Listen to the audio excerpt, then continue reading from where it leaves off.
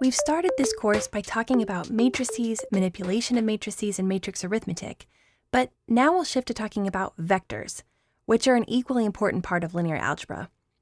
Vectors are sketched like these little arrows because they actually have a direction to them.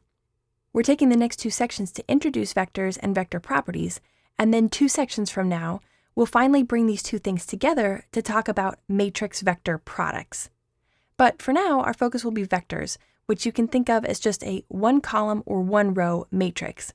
In fact, vectors can be expressed in a few different ways, but one of them is as a 1-column matrix or 1-row matrix.